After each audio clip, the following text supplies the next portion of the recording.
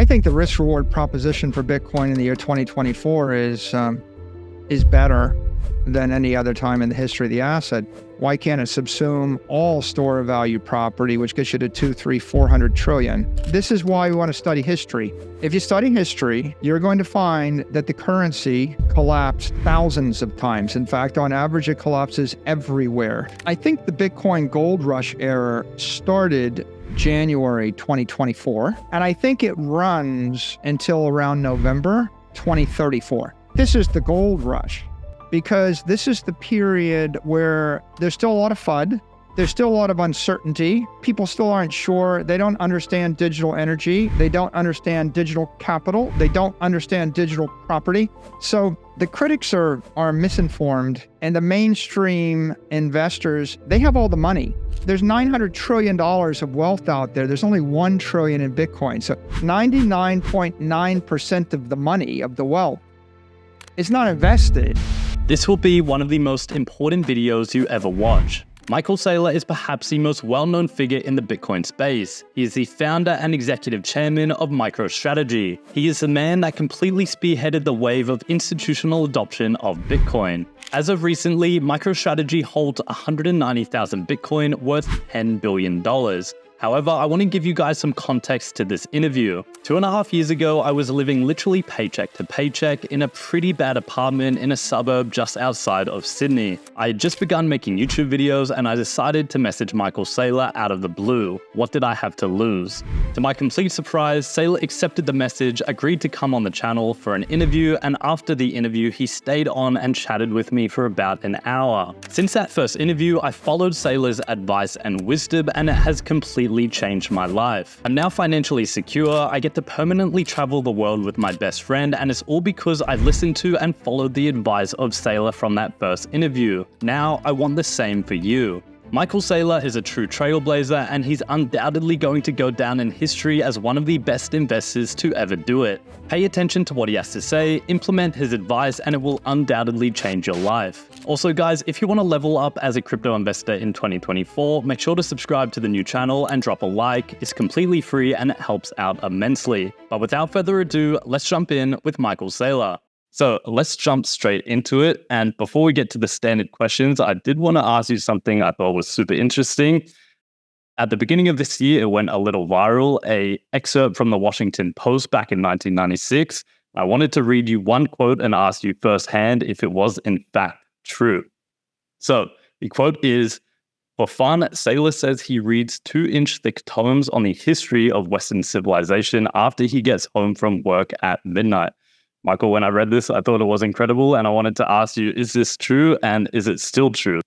You know, I always loved history. So yeah, it's sort of true. At the time that was written, I think I used to read excerpts from the Story of Civilization to new employees on their first day. And so I read about that, and that stuck with people. Now, I would say, what I do very often is I listen to the audio versions of books and audio histories. And one thing I've been doing is rereading / listening The Story of Civilization. So that's the history of Western civilization by Will and Ariel Durant. And it's 12 volumes, 1,000 pages each volume. It takes about 50 hours to get through each one. And it's our Oriental heritage and the life of Greece and Caesar and Christ, the history of Rome, and in the Middle Ages, the Age of Faith. Right now I'm listening to the Age of Voltaire, and I think it's really, really constructive to do this for a couple reasons.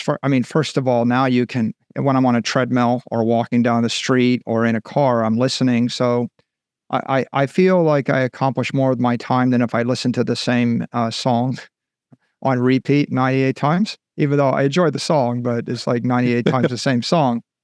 But the second thing is, when you study the history of the world, whether it's the story of Western civilization or Murray Rothbard wrote some really detailed books on the economic circumstances in the United States before Revolutionary War, called Conceived in Liberty. Or he wrote an Austrian economist view on the history of economic thought. And so the history of economic thought for 1,000 of years. And when you listen to those things at the age of maturity, you understand better and differently than when you, first of all, I didn't read it, in my teens or 20s. And now I do read certain things. But the second thing is if you've lived long enough, then when you read the stories again, you understand what happened, and it makes a lot more sense. So, and it's very relevant to Bitcoin, because what you see is you see the tension between chaos and order, and between authority, those wishing to impose authority, and then those wishing to promulgate freedom. And also, it helps you to overcome a lot of tropes, a lot of cliches. For example, people have been creating money or currencies for thousands and thousands of years. And in just about every single one of these stories, it always starts with a new ruler, a virtuous society, a new currency. They keep it strong. They expand. Everybody trades in the currency. Then they expand some further. Then they have to fight a war. Then they print more money to fight the war. Then they debase the currency. Pretty soon, the currency isn't worth anything. People don't want to trade with them because they debased the currency. They inflated it away. And then at some point, the soldiers realize that the money they're being paid in is worthless, or the soldiers don't get paid. And when the soldiers don't get paid, they all mutiny or they desert. And then invariably what happens then is someone outside of those borders wins the battle. And of course, that civilization blames their decline on the barbarians. Like, it wasn't our fault. It was bad guys who speak a different language or have a different religion. They actually attacked us unprovoked. And the story is always bad people caused the collapse of our civilization. But the real story generally is the civilization got fat, dumb, and happy, and then they got arrogant, and then they started counterfeiting money, and then they forgot that you can't pay your own soldiers with counterfeit money. And somewhere between the people starving to death or all the soldiers deserting, they found that they weren't able to continue with the wars they were fighting. And then they lose the war. And then the next society rises, and then they do it all over again. And it happens. It's not a dozen times. It's not 100 times. If you read this, it's thousands and thousands of times you see the rise and the decline and the fall and the reemergence. And there are always these common principles. And the principles have to do with power and energy, right? The societies that don't know how to, if you don't understand firepower, like the Japanese, they didn't really want to embrace guns, so they just passed a law, no guns. And then the Westerners showed up with guns. The same thing happened in China for a while, where they wanted to close their borders, and so they were against modern techniques. And then the Westerners show up with firepower, and then the borders get open, and then the political power structure collapses. And then at some point, someone comes up with a better cannon, and the people in denial lose the next battle, and then somebody comes up with a better ship. And then the people in denial have less sea power, and so they get choked to death. And then someone comes up with a tank, and then there's airplanes, and it goes on like that. It's always about harnessing power, harnessing and channeling energy. And you've got the physical energy, and that's how people win the wars. And then you have the economic energy. And all the really good societies, they manage to create trading networks on a strong currency that people trust. And then eventually the grandson of the person that set it up gets a bit cheaper. And then the great grandkids get a bit cheaper. They start fighting amongst each other. Then they debase the currency. Then their armies desert them, and their trading partners don't want to trade with them. And all of the commercial energy bypasses them. And then they blame it on the barbarians. And it starts anew. So that's all in Will Durant. If you read it, and what you realize, there's just nothing new under the sun. Everything's been played out. And history is almost the story of a bunch of arrogant alpha males that are a bit ignorant, that think that this time it's different, and they were put on Earth to fix things. And they go, Alexander the Great goes gallivanting off, in his late teenage years. And of course, we call him the Great, but the joke is, after he basically, conquered 200 countries and lost all of his army, he died by age 33, and everything collapses within months after he's dead. So it's like you can do this stuff for a year, 2 years, 10 years, and then everything collapses under its own weight, and it goes on and on and on like that. So I really like listening to that or reading those histories. I think you can learn a lot from them. And the most useful thing you can learn is this is not the first time this has been done. In fact, it's common throughout human history. Every single civilization, it failed because either it couldn't channel power, it was less powerful technically from an engineering point of view, right? Or because it couldn't channel capital, like economic power, and its monetary systems were completely defective, or they were inferior, right? The society that trades glass beads gets stomped on by the society that trades metal coins, and the ones that trade gold coins stomp on the ones that trade copper coins, and then even then, you believe that gold is money. The Spaniards go off, conquer the New World, they bring back all the gold. It doesn't solve the problem because they inflate the gold supply by a factor of 5. So they created hyperinflation. Their own economy collapsed, and the Spanish Empire collapsed because they didn't understand the implications of inflating the money supply. And they figured that out the hard way 1,700 years after the Romans figured it out, and they figured it out 500 years after the Greeks figured it out. And it happened in Egypt, and it happened in Assyria, and it happened in China, and it's happened as many times as we can write it down, and it's probably happened 100,000 times that we didn't write down. And so, yeah, I encourage people to read history, especially good political history, good economic history, and 1500. In 1500, they were using paintings as a store of value in Italy, right? That's an interesting thing that comes out. You'll find all of these principles just keep popping up. How do you find scarce, desirable assets to store your value in a portable fashion? And if you read it, then you'll say, "Wow, Bitcoin would have solved that problem."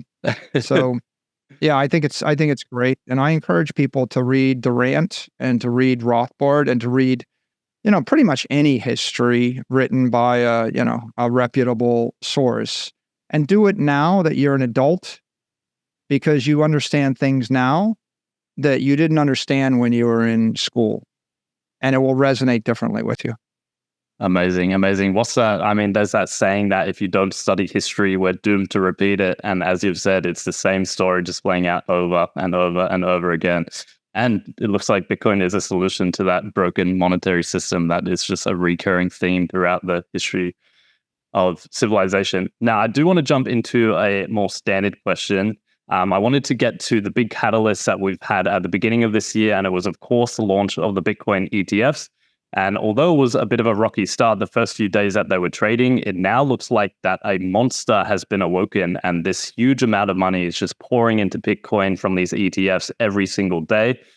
BlackRock right now alone currently holds 115,000 Bitcoin worth $6 billion. I wanted to ask your thoughts on how the Bitcoin ETFs have gone over their first month of trading. Were you surprised with how popular they were? I mean, they've shattered pretty much every ETF record there was. Or did it go exactly how you thought? Did the demand surprise you at all?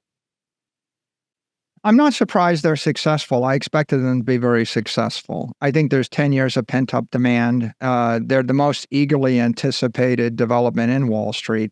This is like Bitcoin coming public. It's like the IPO of Bitcoin, except it's like 10 companies simultaneously taking Bitcoin public, because Bitcoin's a commodity. It's not a security. So the idea that BlackRock and Fidelity and Grayscale and Bitwise and ARK, they're all taking Bitcoin public at the same time is a big deal. The fact that I'm not surprised they're successful as ETFs, because Bitcoin's the apex ETF. The other ETFs are based on oil, like let's say commodity ones, oil, gold, platinum, silver, palladium, market baskets of commodities, natural gas. All of these things are defective as investment assets because physical commodities aren't scarce. Physical commodities can be manufactured in any amount with additional capital and know-how. So ultimately, the best of them is the gold ETF. But if a bunch of money flows into a commodity ETF, that just actually fuels capital into commodity producers. They just dump that commodity on the market. The price gets held down. So commodity ETFs were never that great an idea. On the other hand, comparing these Bitcoin ETFs to the S&P index, the biggest ETF and maybe the biggest development on Wall Street was the launch of the SPDR, SPY, in 1993, about 30 years ago. And the idea that you could create an ETF that represented a market basket of 500 stocks, that was big. And especially that was big because that came along at a point where people had lost faith in the currency as money, as a savings technology. And so they were trying to figure out what is money. And actually an entire generation of people picked the S&P index as money, right? How are you going to store your excess cash for a decade or longer? Not a checking account, not a savings account, not a bond, but the S&P. So the S&P became money, and that ETF became the monetary index. And that's why today, amongst, that's the most successful ETF. If you look at SPY and all the S&P index type ETFs, they have most of the capital in them. But the problem with those ETFs is that stocks also are not conservative. So if I increase the price of the stock by a factor of 10, you're getting more equity. Or if another way to say it is, if I take hundreds of billions of dollars of cash and I buy the ETF, like S&P ETF, the ETF has to buy all 500 stocks pro rata, which means they're going to have to go buy Tesla and Apple and Google and Meta at any price. They're price insensitive, even if they're overpaying. So when they buy it at any price, what they're doing is they're creating more equity because they're encouraging those companies to issue more stock. And then, of course, this is common sense. If the price of your stock doubles, the employees in the company with stock options, they sell the stock, right? They sell the stock option. When they sell the stock option, you put more stock on the market. So the price creates supply. There's a price supply elasticity there. And that's the same as you have with commodities. It's the same as you have with REITs, real estate investment trust. And it's the same thing with bond funds. When you have capital flows into all those other asset classes, you create supply of that asset. They're not scarce. Bitcoin's unique because no amount of capital flowing into a Bitcoin ETF is going to create any more Bitcoin. What we've got is 900 Bitcoin a day.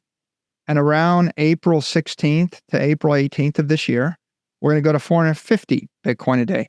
This will be the halving, but it will be the single most consequential halving in the history of Bitcoin because you're talking about, it's the equivalent of someone coming in the market saying, I'm going to buy $8.5 billion of Bitcoin a year for the next 4 years, guaranteed. That's the demand impact, right? $8.5 billion, $23 million a day at the current price. Now, that's a huge amount, but more importantly, that's a huge demand supply shift in the year when the demand via the ETFs has jumped by a factor of 4 to 10 times the daily supply. So what you have is institutional capital entering, and then you have the supply getting cut in half. And, what happened with these ETFs? Well, here's what happened. The approval of the ETFs was a pretty concrete endorsement of Bitcoin as an asset class by the regulators. And anybody who's thinking about banning Bitcoin or not approving Bitcoin ETFs, they're now out of consensus. So it really flipped the global consensus from, well, maybe it's too good to be true, maybe it'll be banned, maybe it won't be banned. The approval of those ETFs meant that it doesn't matter who wins the 24 elections. It's taken the future of Bitcoin out of the hands of the president. It's taken it out of the hands of the next head of the SEC. It's taken it out of the hands of most regulators in the world. We pretty much opened Pandora's box or crossed the Rubicon. It's very concrete at this point. And it was uncertain, right, before. And so that's a very big piece of regulatory clarity. What happened next is it's created a positive dynamic where now I think you're seeing pressure to approve ETFs in other places in Asia. You'll probably see Hong Kong spot ETFs. You'll probably see them get approved in any country where people are on the fence. It also created a fee war. It used to be that you paid 2.5%, to hold your money in Grayscale. And all of a sudden now you're paying 1.5% at Grayscale, but you're paying 25 basis points at BlackRock, or you're paying 20 basis points and even 19 basis points. Not only that bring down fees for institutional holders of Bitcoin in the US, it also put pressure on international fees. So you actually saw a rippling effect, and people with European or Canadian or other spot ETFs in the rest of the world that had 100 basis point fees or 150 basis point fees, they're having to bring down their fees because otherwise the capital will flow out of their instrument into the lower cost instruments. So, yeah, let me convert the math here. If you have an infinite duration asset and if you're going to put money in it, then the difference between 2% fees and 25 basis point fee is losing 37% of your money. You understand? Like it's like I take a third of your money. Okay. So if you're a Bitcoin investor, having low fees means you invest $1 million and you get to keep the $1 million. Having high fees mean you invest $1 million and you lose 300,000 of it over the course of 20 years. So those low fees are, well, where is that going to manifest itself? It's going to drive the price of the asset up, right? First of all, because the people that own the asset aren't losing 1 or 2% of their money every year. But second, because there are a lot of people that they will either invest $1 million in it or nothing, right? So if I like it, I'll just invest $1 million. If I don't like it, I'll invest nothing. So you start to see money flowing from gold into Bitcoin, from real estate into Bitcoin, from the S&P index into Bitcoin. And so that's a big deal. So the launch of the ETFs, it's been very successful. This is the ideal type of asset to put into an ETF wrapper. It's definitely it's the global asset. It's the biggest brand. Everybody knows what it is. It's actually the best thermodynamically sound investment. It's got the best historic performance. And of course, it doesn't have the entire array of risk factors that a company has or that a bond has. It doesn't have credit risk. It doesn't have corporate execution risk, and it doesn't have currency devaluation risk.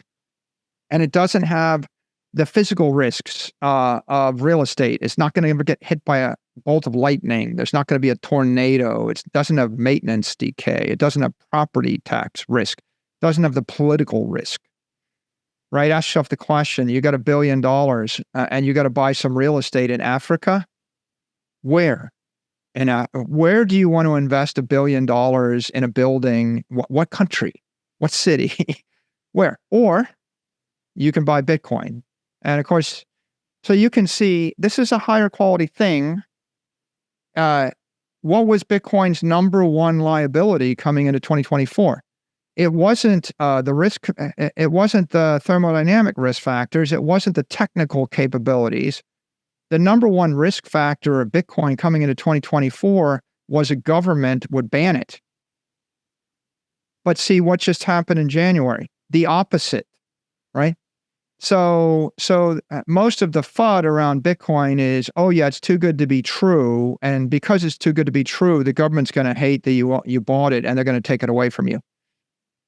And with the approval of these ETFs, it was the government of the most powerful country in the world, the United States, which is actually the leader of financial regulation. I mean, whatever the U.S. does will influence Singapore, Australia, New Zealand, all of the EU, even Hong Kong, even China for that matter, and all of South America and all the African regulators. So everyone's looking to what happens in the United States. This was a very powerful signal. So that was a bullish development. There was a little bit of weakness following, and I think that's fairly well understood as a couple of factors. First of all, a lot of capital rebalancing. There was capital sitting in the futures, BITO, and other Bitcoin futures because institutional investors don't have crypto accounts. They can't trade with most of the crypto exchanges, so they had to buy the futures. And the cost of rolling a Bitcoin position in the futures is like 10%. Imagine you have $1 million and someone charges you $100,000 a year just to have the trade on, right? I mean, so you could see anybody with that position, they roll out of the futures and they're rolling into the spot. So there's a lot of that. There were some people rebalancing. They had positions in Bitcoin companies and the miners and MicroStrategy, et cetera. And they're rolling out of those trades or rebalancing or arbitraging. There was a lot of people trapped in grayscale and they couldn't get out. And then this unlock allowed some of them to redeem at par. And so there are some people that had 5 years of pent up demand to redeem. And so we worked through that. And then you have the arbitraging between the high fee grayscale and the lower fee other ETFs. And then finally, you have a lot of Bitcoin tied up in bankruptcy estates, in FTX, in Genesis, maybe, BlockFi, Celsius, Voyager, Three Arrows, Genesis, FTX, Alameda. Well, all of those estates are controlled by lawyers.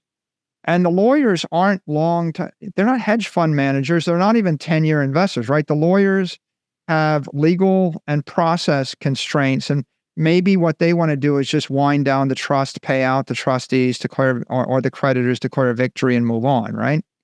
So I think there's a lot of selling pressure that came out of that because a lot of them were holding GBTC and they wanted to redeem the GBTC at par, right? And get liquid.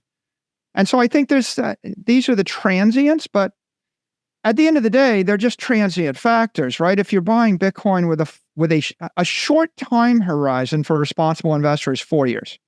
So if you're buying Bitcoin with a 4-year time horizon, this shouldn't matter to you at all. And of course, the right time horizon is 40 years. It's like your useful investment life maybe, and I mean, the inspired one is 400 years, right? If you think out 400 years, you'll do brilliant things, right? If you think out 40 years, you'll probably make the right decision. If you think out, 10 to 20 years, you won't have anxiety. 4 years is the minimum. But, people that are trading with 4 weeks and 4 months, right? They're just going to make awful decisions. They're the ones that probably panic sold it when it traded to 39,000, or they panic sold it when it traded to 16,000 or 20,000 12 to 16 months ago, and they probably bought it for the wrong reason.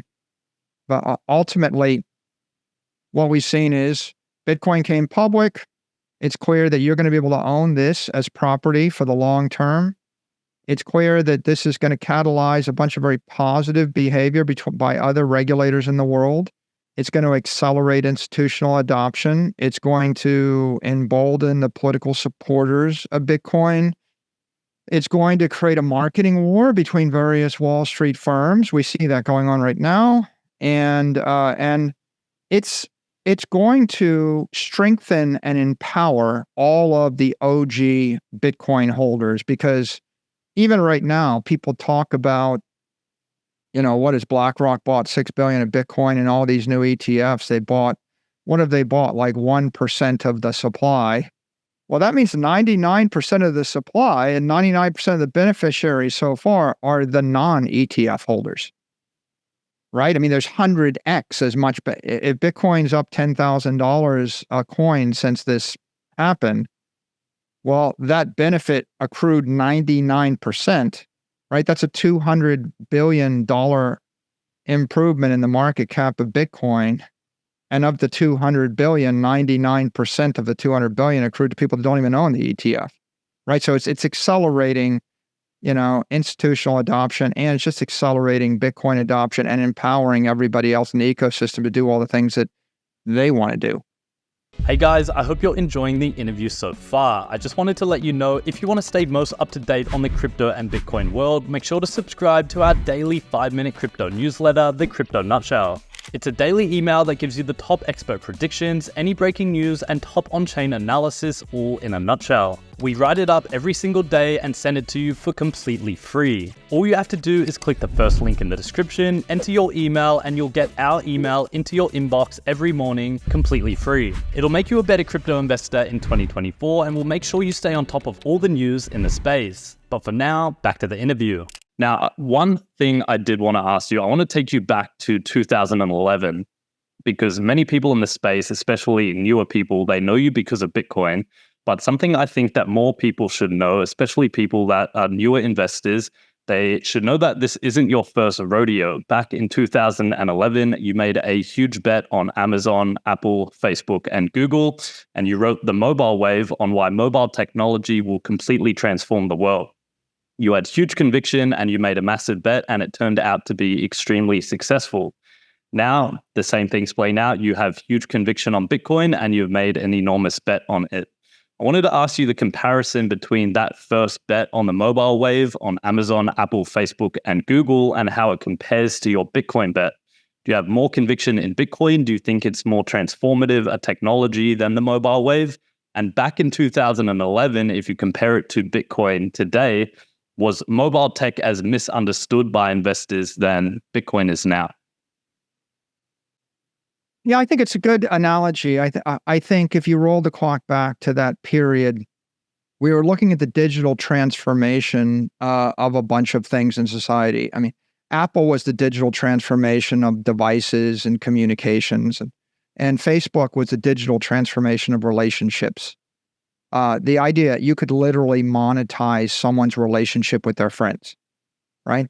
And with Apple, your tape recorder, dematerialized into the phone, and your camera dematerialized in your phone, and then all your photos dematerialized in the photo album, and then your CD collection dematerialized. All these things, all your files dematerialized.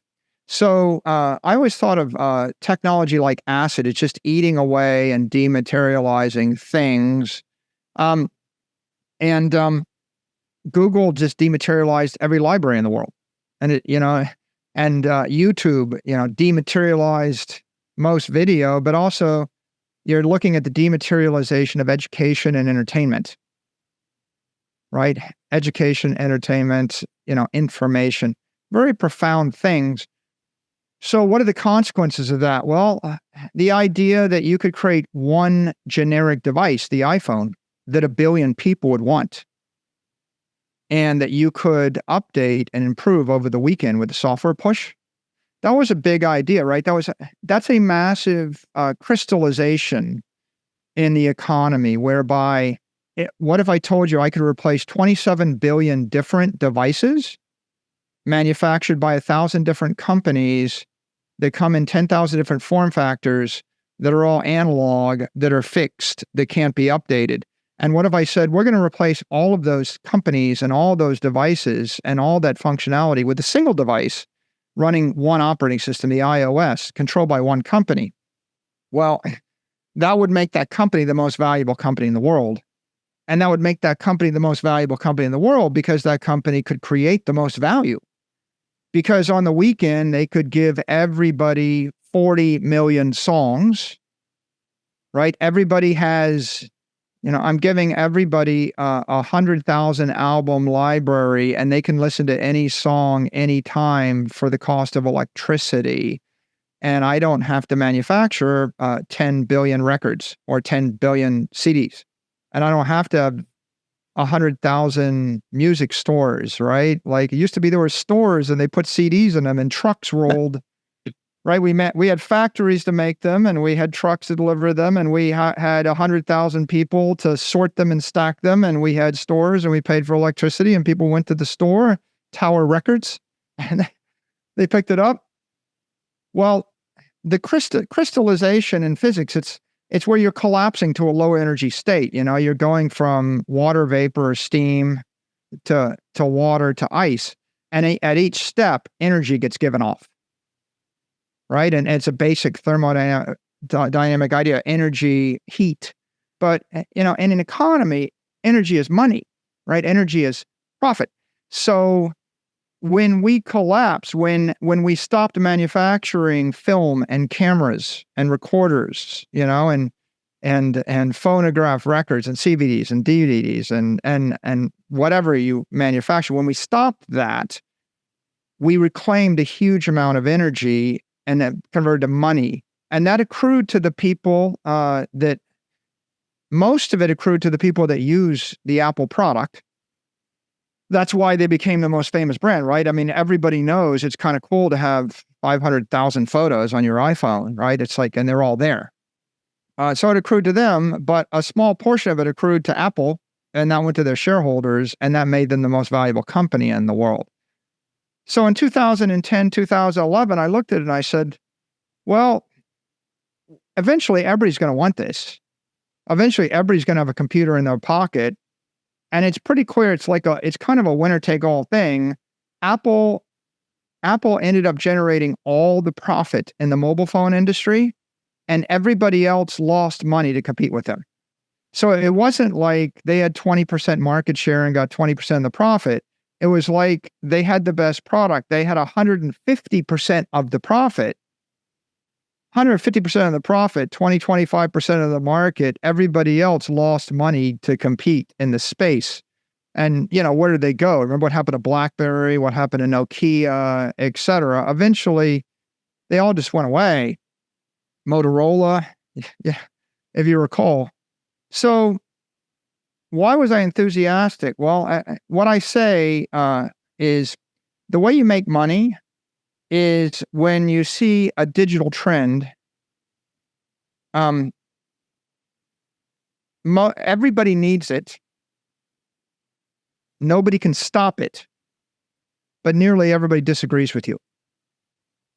Right? It's like if the majority of people disagree with you, they don't understand it, but nobody can stop it, but everybody needs it. That describes Amazon. Right? If you go back and read investment research on Amazon, everybody hated it. You know what they said? They said, oh, this is an awful retail company. They don't make any money. Well, they kept not making any money while they sucked the entire market up. And now there's Amazon, Walmart, and everybody else is bankrupt. Right? 20,000 retail companies fail. You know, one or two, Amazon, you know, Walmart, Target kind of are there. And then Amazon runs by everybody. It's because everybody, you know, who doesn't want to have everything they want delivered to their door in 1 hour for free? Who doesn't want that? Just like with Google, I want to go and I ask a question, I want the answer instantly, quick, and I want every book and every piece of information that the human race has at my fingertips instantly. Well, who doesn't want that? Everybody wants that. How about YouTube? Okay, well, like it's everything you want to know for free instantly, everywhere in the world. Okay, so everybody's eventually going to need it. Billions, you know, there's YouTube videos. They've got like 9 billion views, you know, on the video, right? So everybody wants it. Nobody can stop it. But then again, everybody thought it was a stupid idea, right? They didn't really get it. And the same was true with Apple. It's like people just didn't get it. And I'm like, well, a device that basically does everything you want it to do in your pocket that's, you know, 1 million times more powerful than the computer in the space shuttle. And everybody said, well, it's too expensive. Remember they used to say, it's too, you know, you could buy Nokia phones for like $30. And the iPhone came out and it was $500. And the people made fun of it. It's 10 times as expensive. Well, what happened next? Well, Apple raised the price to $750. And the other phones were $20. And then Apple now sells iPhones for $1,500. So Apple keeps raising the price of the iPhone, and all these other cheap phones went to zero because at the end of the day, the point was it's what people want, right? It's just better. They don't want. People used to think, oh, they just want the cheap thing, just like they'd make fun of Amazon for this or that. But no, they don't. So those companies, they represent the digital transformation of retail, of information, of relationships. They made fun of Facebook. But, it's like when 4 billion people or 3 billion people are on a network, it's just so incredibly powerful that you can't stop the thing.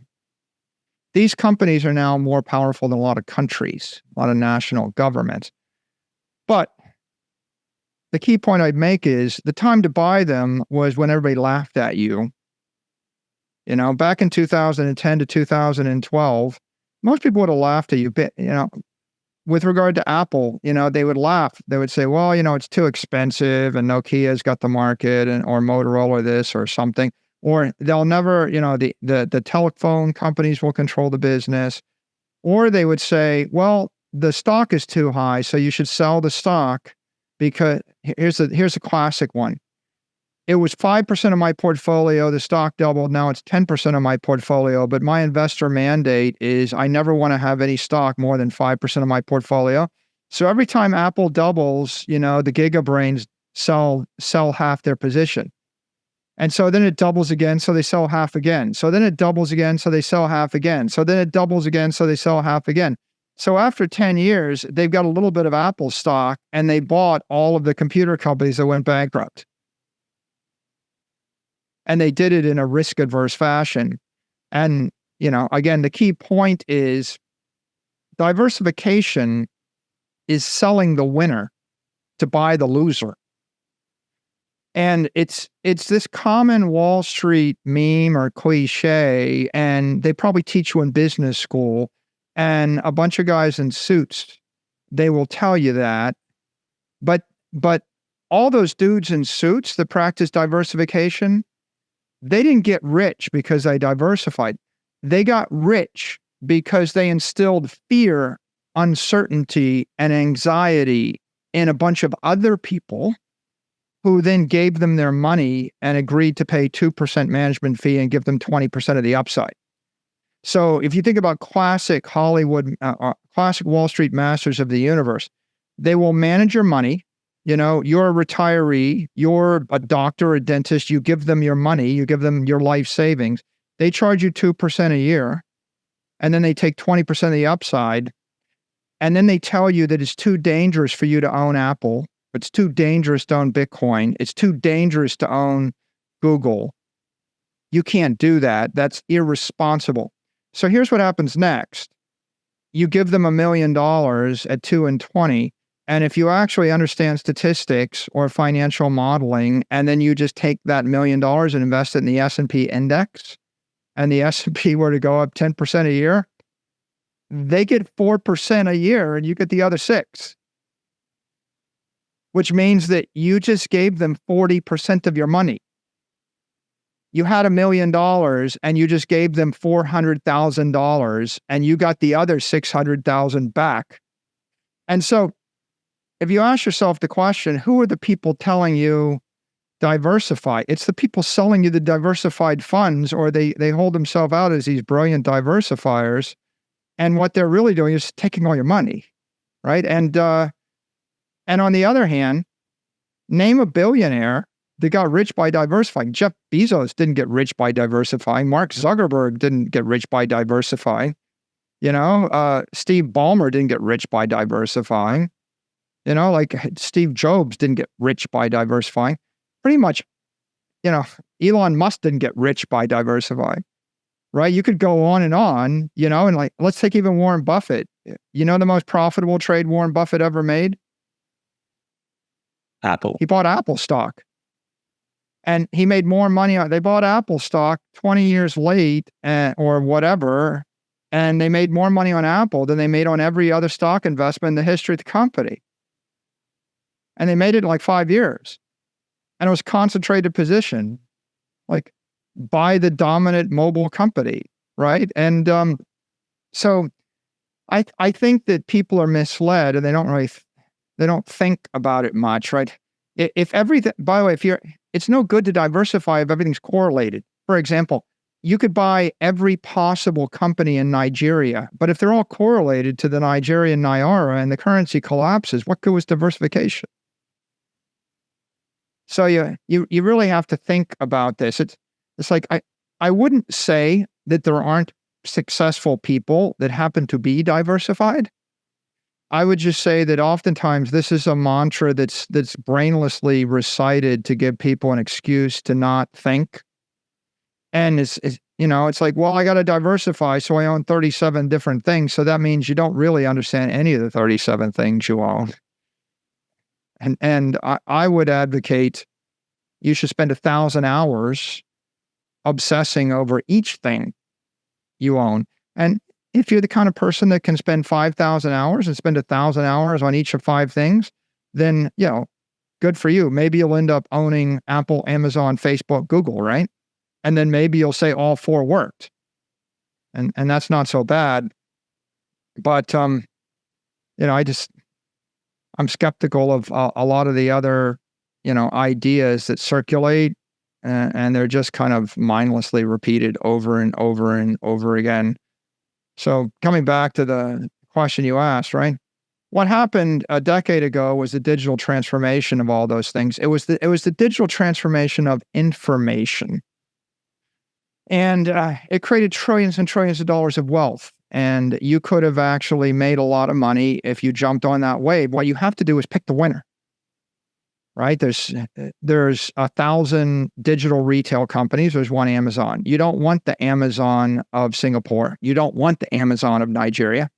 You want the Amazon, right? So you see, you have to pick that. There's one Apple, there's one Amazon, there's one Google, there's one Facebook. If you picked it, there's one Microsoft. If you pick it, you win. You pick the number 3, you probably lose. And so that was a big wave. But by 2020, that was still unstoppable. Like the Magnificent Seven has been an okay investment. Like if you bought all those stocks in 2020, you probably doubled the performance of the S&P index. The S&P index is up like 45%. If you picked the best 5 companies in the index, well, you double that performance. If you picked the rest had no return. Okay, so there's 493 or 490 companies that don't return anything. They're all losers. There's 5 to 10 companies that are the winners. And if you pick the winners, you do better than the index. If you pick the index, at least you brainlessly got some winners. But of course, Bitcoin outdid them by a factor of 3 or a factor of 2 to 3. So why was that? And the answer is by 2020, 98% of the people didn't disagree with you if you said Amazon was a good idea. See, by 2020, most people agreed with you that Amazon was a good idea. Most people thought, well, Google, Apple, Amazon, Facebook, they're monopolies, and Microsoft.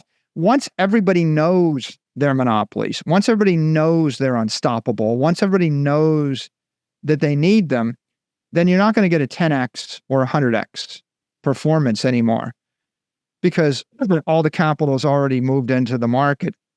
Now, there's 2 problems with investing in those Magnificent 7 stocks today, in my opinion.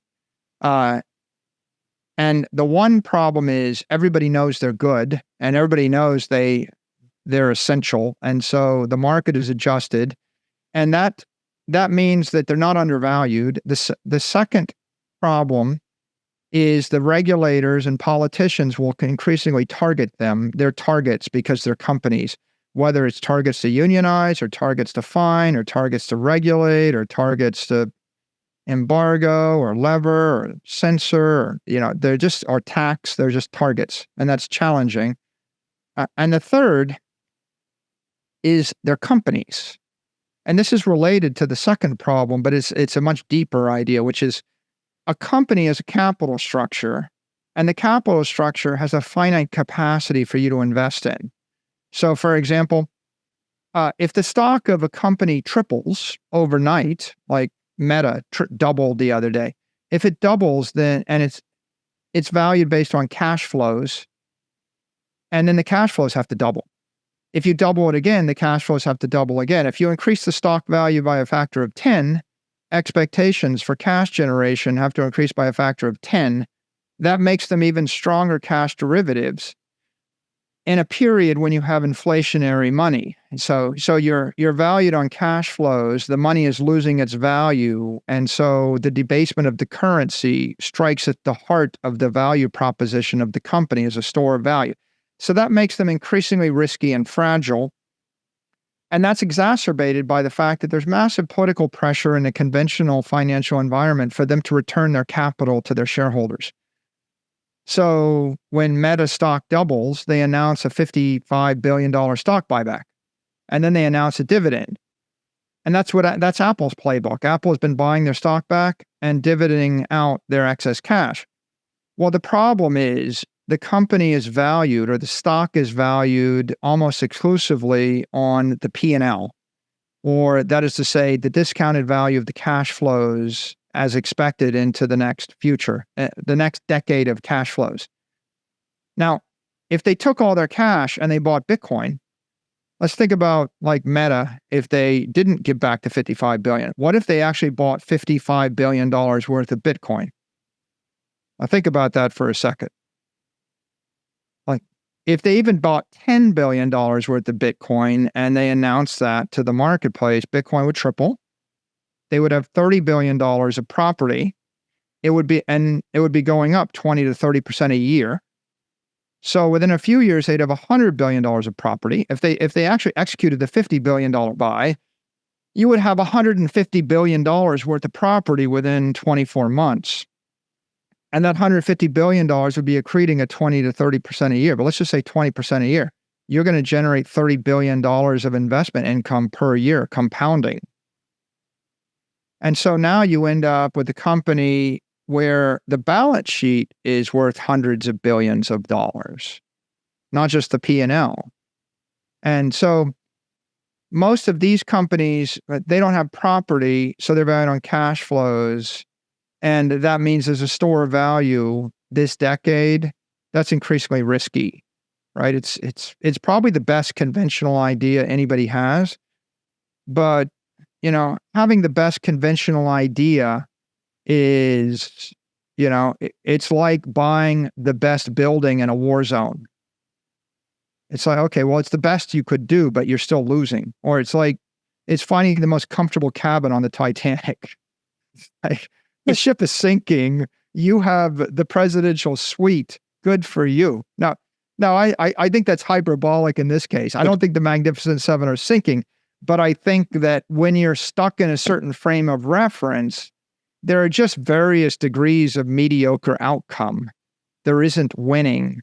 In order to win or get an excellent outcome, you have to think outside the box. And that means if you're in a war zone, you got to leave. If you're buying currencies that are denominated in a collapsing currency, whether it's a peso or a lira or a naira or whatever, you got to get out of that currency. If you're buying currency derivatives denominated in dollars, forward discounted, and the dollar is going to be inflated at 7 to 8% a year, well, that's your hurdle rate. You're going to have to grow your cash flows faster than 8% a year. Now, how many companies can grow their cash flows 15% a year for the next 20 years? Okay, now you might find some. Now the question is, can you protect them against politicians, foreign and domestic? Right? If your local politicians like you, will the foreign politicians like you, or vice versa? So those kind of investments, they're very fragile, and I think you got to be aware of them. And so I guess that's why I did what I did a decade ago. It paid off really well. But when 2020 came, the entire world changed. And the question is, what's the next thing? Yeah, Bitcoin's the next thing. But Bitcoin is like, I've said it before, it's kind of like Apple or Google in 2010. Misunderstood. Everybody needs them. Nobody can stop them.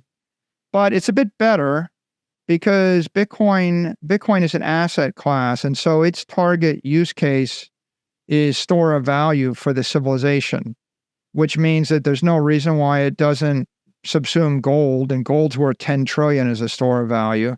Why can't it subsume real estate at 100 trillion? Why can't it subsume all store of value property, which gets you to 2, 3, 400 trillion? And the more valuable it gets, the more useful it gets, right? The fundamental big idea, and it's very difficult to explain this to people, but if Bitcoin increases in value by a factor of 100 because people buy it as a store of value, it's 100 times more valuable. Whereas if Apple stock is 100 times higher priced, the cash flows in the next 20 years have to keep up, right? And people that criticize Bitcoin, they say, well, it's got no cash flows. Well, that's not the defect. That's the feature. It's not a liability. It's the fact that it's something that is not valued on cash flows means it's never going to miss its quarterly cash flow expectations, right? In fact, it's a reflection of the cash flows that have flowed into it. And so Bitcoin is just a much more powerful idea. It's the digital transformation of capital, right? It's not digital information, it's digital energy, right? Energy is matter, energy is capital, energy is property, right? And so Bitcoin is digital energy. Google and Apple and Amazon, they were all about digital transformation of information. And I think that was the 30 years. It was a 30-year trend. I just think we're kicking off another 30-year cycle. And Bitcoin is this big driver of this digital transformation of energy.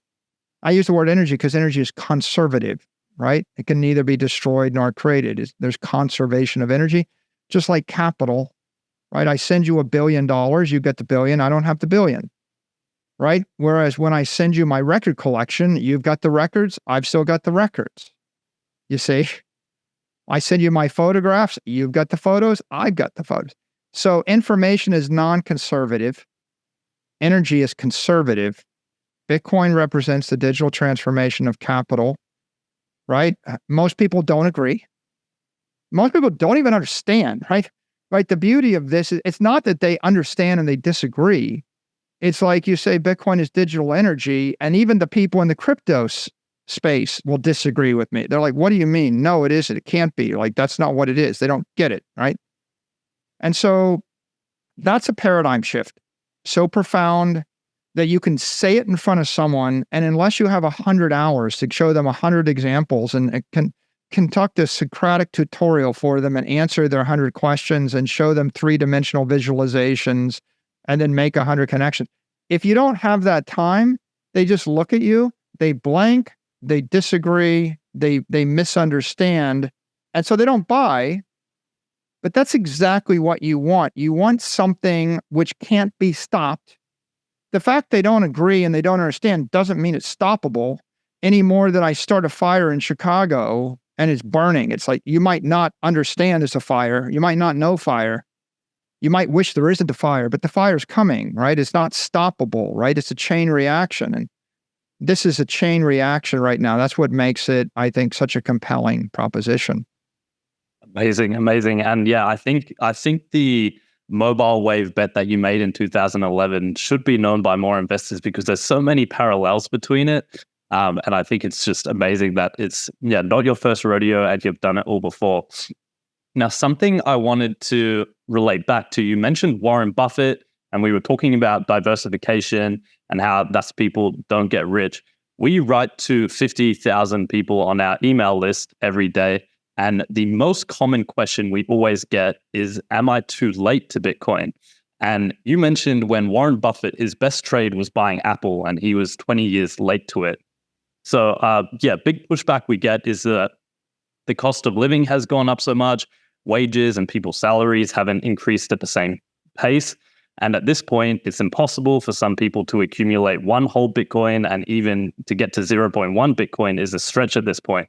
What would be your response to people that think they're too late to Bitcoin, or that they're too late to the party? They see it at 50,000 and they think that the boat has left the port and they're too late. I think the risk reward proposition for Bitcoin in the year 2024 is better. than any other time in the history of the asset because you have institutional adoption, you have regulatory clarity, you see capital coming into the space, and yet still you can do the survey yourself. Ask 100 of your friends if they're fully invested in Bitcoin and if they understand it. And if 95 say no, right, I would say do your own research. But Bitcoin's 15 years old. So let's look at other great investments. 15 years after Manhattan was founded, was it a good investment? We could start 200 years after Manhattan was founded. In 1776, roll the clock forward, 1791. Was it a good investment? And was real estate in Manhattan in 1791 a good investment? Was it a good investment in 1865 after the Civil War? Was it a good investment in 1970? Was it a good investment 15 years afterwards in, 1995? Was it a good investment in London 20 years ago? 2,000 years after the Romans showed up in London, was it a good investment to buy London property?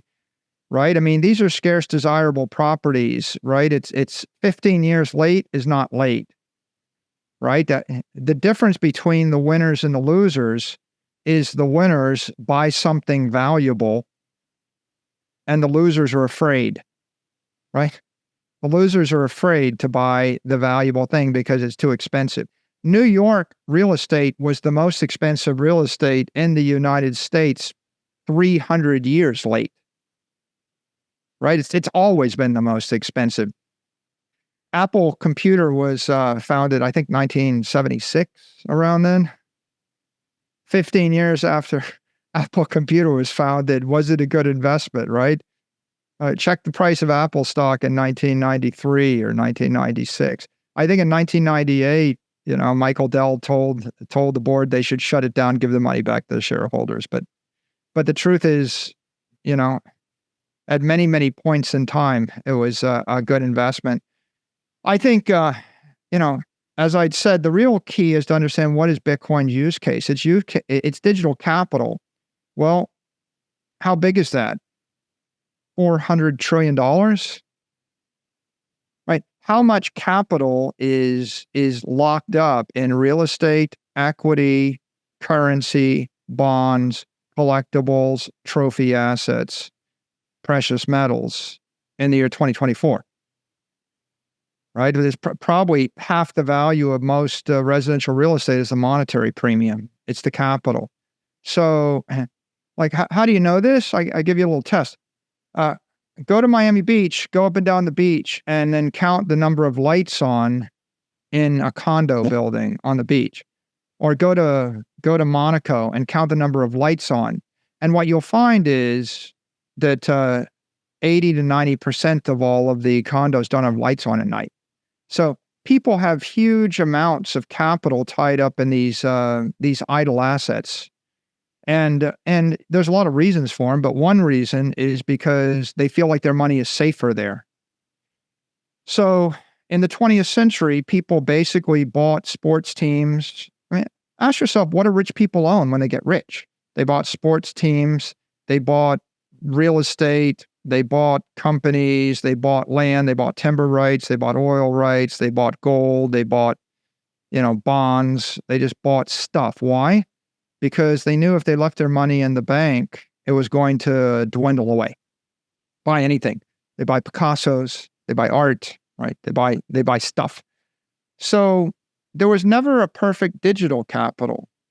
There was never a digital instrument where I could, if you were a rich Russian and you had a choice between buying a bunch of real estate in Moscow or buying Bitcoin, well, with ex post facto hindsight, looking back for the last 30 years, okay, now let's play that out and you're a rich Nigerian. Now you're a rich, Turk. Now you're rich in Lebanon, right?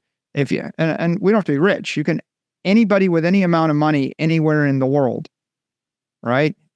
You've got the last 100 years of history. You live in Germany in 1930. What do you want, a building or Bitcoin? You live in Argentina. What do you want? You want to own land? You want to own a building? You want a company? You want Bitcoin? The currency is going to collapse 5 times in 140 years. 5 times, right? Okay, so this is why we want to study history. If you study history, you're going to find that the currency collapsed thousands of times. In fact, on average, it collapses everywhere. Probably it collapses everywhere on average every 50 years in the history of the world. And that's maybe me being charitable. So is it too late? Well, can you actually take all of your property, put it in your pocket, and leave the country on one day notice if you need to? If not, then you're probably not too late, right? So if you go through that exercise, you can't take your building with you. You can't take your bars of gold with you. You can't take your stock shares with you. People for a while, they bought paintings thinking I'll roll them up, but, it might not be easy to, and the average person can't buy Picassos. They're not quite exactly at the price point. How do you buy $237 a Picasso a week, right? So Bitcoin represents digital property. What's the value of digital property? Hundreds of trillions of dollars. Is it overvalued? Not yet. It's $1 trillion right now. So when it's 100 times more valuable than it is right now, will it be overvalued? Not likely. It's probably still going to be appreciating faster than every other thing you can buy. Why? Because it's better than every other thing you can buy. Show me a hotel you can put in your pocket and teleport, right? $1 billion of gold is like 3,000 pounds, right? How are you going to move that, right? Right? Give me a company that's going to last through the next 3 CEOs, right? Do you know who the third CEO will be after the one that runs the company now? And do you trust that person? Right? The S&P 500, haven't we established there's a 99% failure rate? These are the winners. There's a 99% failure rate to generate shareholder value amongst the 500 best companies in the world. Now, if there's a 99% failure rate amongst the 500 best companies in the world, then what's the failure rate amongst the 100 million companies in the world? And, what's the most successful nation-state currency in the history of the world? Well, if it's the dollar's lost 99.8% of its value in 100 years. Maybe 99.9% of its value. You could debate whether it's 99.8 or 99.9% of its value. Every other currency in every other country lost 100%. So if you're sitting around wondering, is Bitcoin overvalued? The question is overvalued versus what? Right? You're going to buy something, right? You're owning something in lieu of Bitcoin. What is that something which is better? Right? That's the real question. Because not selling is buying, but not buying is selling, right? And you've basically got a certain amount of economic energy. It's deployed somewhere, right? And the question is, what are you invested in that you think is better? And I think everybody's got to answer that question themselves. But, like if you owned a football team, like what's the odds that people are still going to watch football in 250 years? And what's the odds that you can put the football team in your pocket and leave the country? Not high, right? I mean, and what's the odds that, you get attacked by, what if there's some law that says that you're liable for the physical damage and the emotional harm to the football players? And, if someone gets hurt playing football, you have to pay $100 million settlement, right? That happens. Or even better would be, what happens if someone goes to a football game, watches it, and is traumatized by all the violence, and they form a class action lawsuit and they sue you? Mightn't that happen? Happens all the time. Right? Look at the history of opioids. Look at the history of cigarettes. Look at what's going on right now at congressional hearings around social media. At some point, you'll have trial attorneys suing tech companies because someone used a website and something bad happened to them, right? So there are a lot of risks no matter what you invest in. If you think you don't have risk, you're simply ignorant of the risks you're currently embracing. And I think that once someone understands fully all their range of risk, then your conclusion is, no, it's not too late to buy Bitcoin.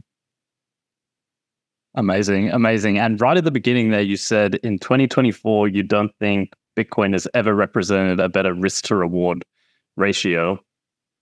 Looking out in 2024? Like, it seems like we have this insane confluence of factors. ETFs launched at the beginning of the year. In April, we have the halving. Correct me if I'm wrong, we have the FASB accounting rules go into effect this year. Then we have the election in November, so it normally means more liquidity. What is your general outlook for 2024? Do you think this is just going to be a complete watershed year for Bitcoin because of this confluence of all these things coming together? I think this is going to be a good year for Bitcoin.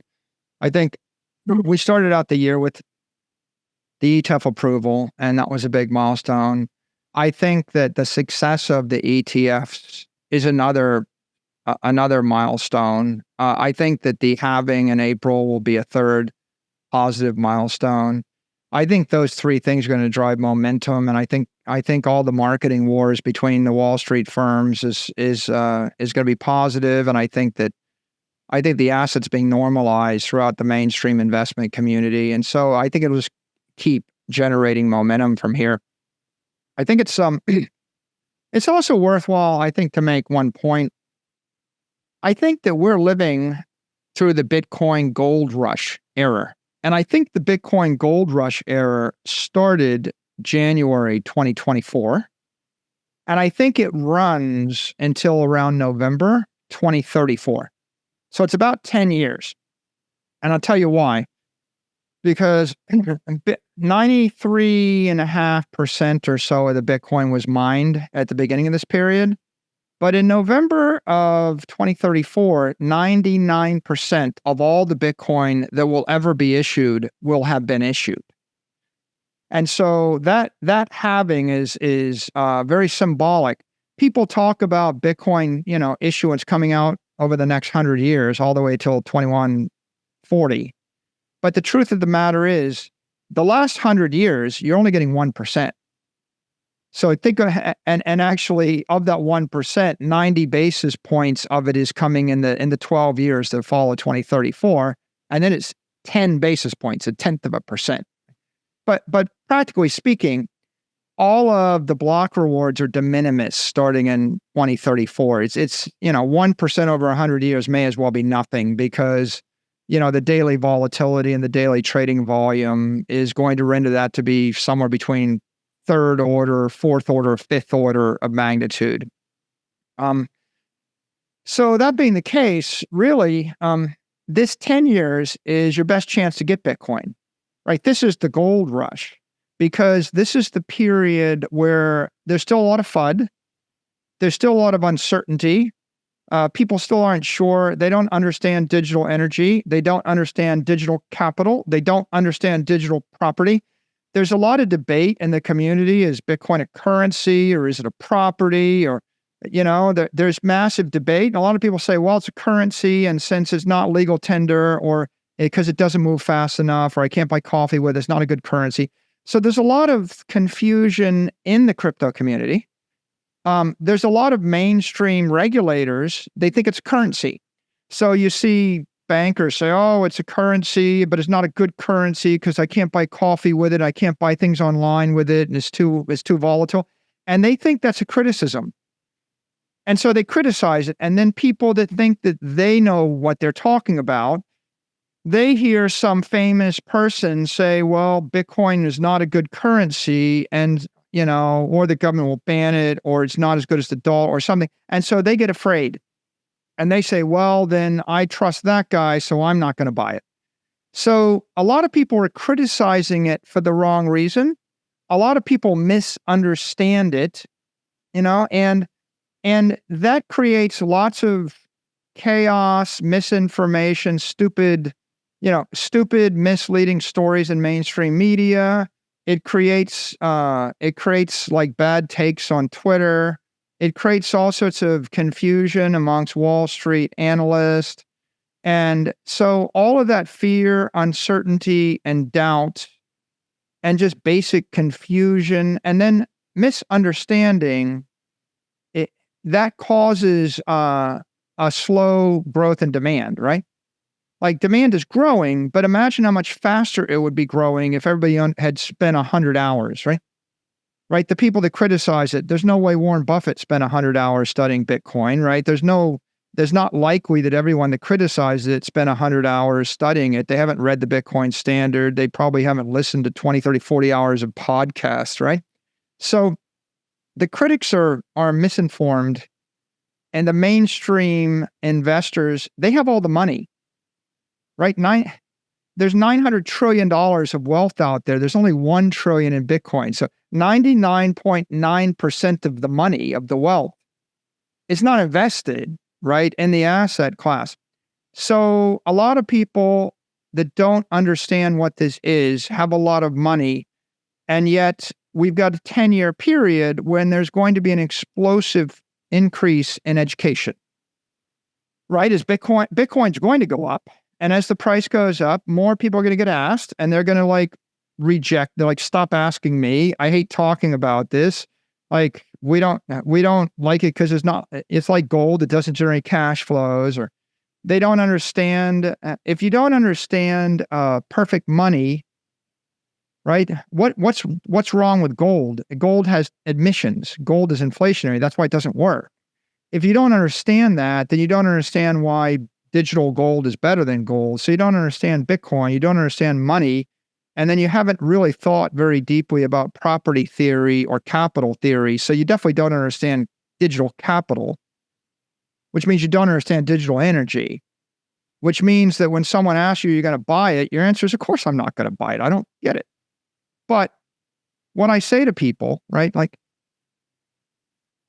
if everybody read all these books, if they listened to all your podcasts, if they listened to all my podcasts, if they thought about it for a few hundred hours, tomorrow they would wake up, they would all buy Bitcoin, and Bitcoin would be $5 million a coin. And then we'd be doing this podcast, and you would say, Mike, all the comments from all my followers are, is it too late? And I would say, well, it's too late for you to get insanely rich. You're not going to get 100x, right? If you buy Bitcoin at 50,000 when it's 5 million, you're going to be bragging to your kids that you got 100x your return, right? So it's going to be too late for that. But it's not too late to buy it, because it's still better to buy the thermodynamically sound digital asset, which doesn't have all of the liabilities of real estate, stocks, or bonds. It's still going to go up in value faster than the S&P index. It's still going to be a better after-tax return than owning sovereign debt. It's still going to be better than owning physical property subject to acts of God, force majeure, and all the other physical limitations. So it's still going to be the best investment. It's just not going to be the investment that got you the 100x return that you were going to brag about. And so there's no reason to worry, right? Or fret. You don't want people to figure this out, right? Like if they figure it out, you have 10 years during which you can work and you can buy Bitcoin while everybody else disagrees with you and doesn't understand it because they're intellectually lazy or they're a different generation, right? So that it's like me saying it's 1905 and in 15 years, everybody's going to have an automobile. And now okay, well, you have 15 years to get rich in the automobile business. Figure out, are you going to set up the dealership in New York City? Are you going to start a company? Are you going to be a salesperson? What are you going to do? You have 15 years. Figure it out. This is better than that. But this is a 15-year head start. I had this analogy. It's like you could be working at a McDonald's. You could be working for $10 an hour, right? But if you're sweeping the $10 an hour in an asset that goes up by a factor of 100, you're getting paid $1,000 an hour. Okay, so how long do you want to work at $1,000 an hour? Well, you want to work at $1,000 an hour as long as you possibly can, because once people figure it out, then you go back to your $10 an hour job, right? So we're in the gold rush period. People are, when they think about it, they're going to realize this is the period during which everybody in the world started to realize Bitcoin is digital capital, and there's a digital transformation of money, and that you want to hop on top of that. You want to exploit that, And there's 1,000 ways to do it. Maybe it's just work really hard at your job and buy Bitcoin. Maybe it's start a company. Maybe it's do something different. You decide, right? But I don't ever regret any stacking I did. I mean, we bought Bitcoin, below 10,000. We bought Bitcoin probably above 60,000. I mean, at the end of the day, we never know when the world wakes up, gets rational, and then it runs through the all-time high, and then we regret not having bought more. I would encourage anybody that thinks maybe I'm too late. I mean, I think I would say, well, maybe you just haven't studied this enough, right? You don't give me your money if you're not confident. Give me your time, and if you don't want to invest the time, maybe you don't care about money that much. It must not matter to you that much. If it matters to you, then you spend enough time to figure out whether I'm right or whether I'm wrong. And there's plenty of information out there for you to come to your own conclusion. Amazing, amazing. And just finally, I want to be super mindful of your time. So I only have one question left. And I'm actually going to take it away from Bitcoin and crypto and take it a bit more broad. Michael, you're clearly an incredible, successful person. You've taken huge bets throughout your career and you have massive wins over and over. You've clearly learned a ton of lessons and you have a huge amount of insight. Let's say there was a young entrepreneur out there, say, just randomly, he was 26 years old. If you could give one piece of advice on what to focus on or what tips you would give if they wanted to have a degree of your success, what advice would you give? I would say in every generation, you have to consider the transformational technologies that remake the world. Whether it's the internal combustion engine or whether it's a computer chip or whether it's the internet or whether it's the airplane or whether it's the piano, figure out, or the electric guitar, right? What's the transformational technology? I rather think right now it looks like the transformational technologies for the next 20 to 30 years are digital intelligence, that is AI, and then digital money or digital energy, which is Bitcoin, right?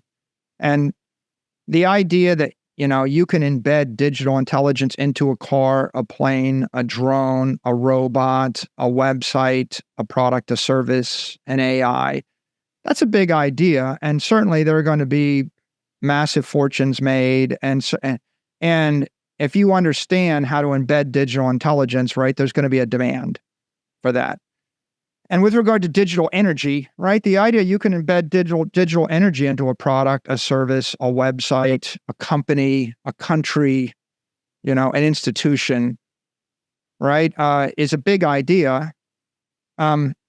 So you ought to think about how you might take advantage of that. Now, there may be other things, right, in the domain of medicine or physics or the like. I'm not an expert on all. I mean, these are two obvious transformational technologies.